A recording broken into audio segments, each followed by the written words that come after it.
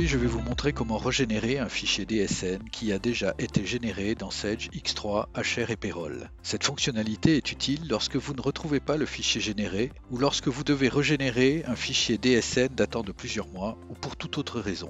Cela est possible parce que lors d'une génération DSN, en réel ou non, toutes les rubriques DSN sont stockées dans la table de la fonction gestion des données DSN avant d'être créées dans le fichier DSN physique qui sera déposé sur Net Entreprise.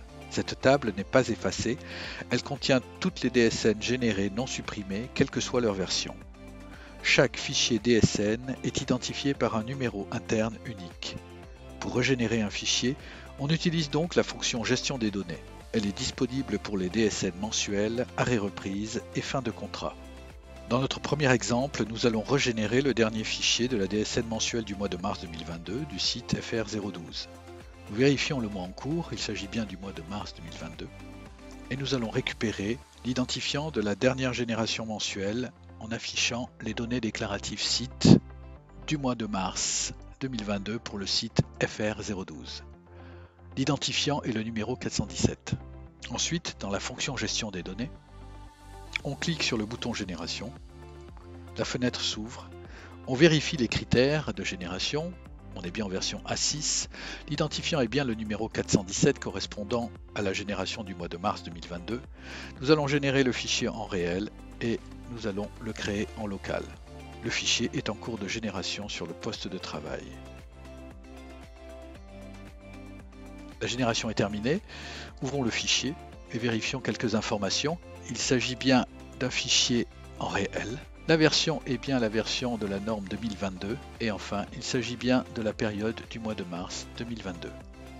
Dans le deuxième exemple, nous allons régénérer la DSN du mois d'octobre 2021 en version A5 norme 2021.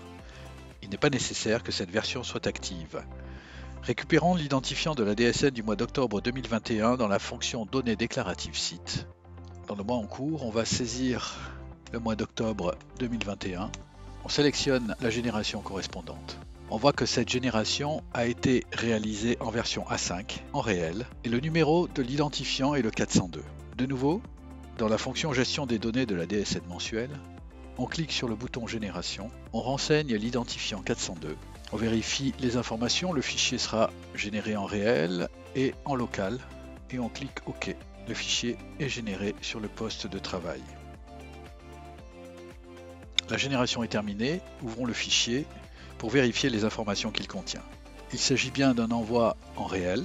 La norme est bien la norme 2021, correspondant au code A5, et la génération concerne bien le mois d'octobre 2021. Il s'agit de la bonne période.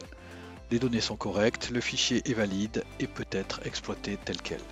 Voilà, vous savez maintenant comment régénérer un fichier DSN déjà généré. Cette fonctionnalité est identique pour les DSN arrêt reprise et fin de contrat. J'espère que cette vidéo vous a plu, merci à tous et à bientôt.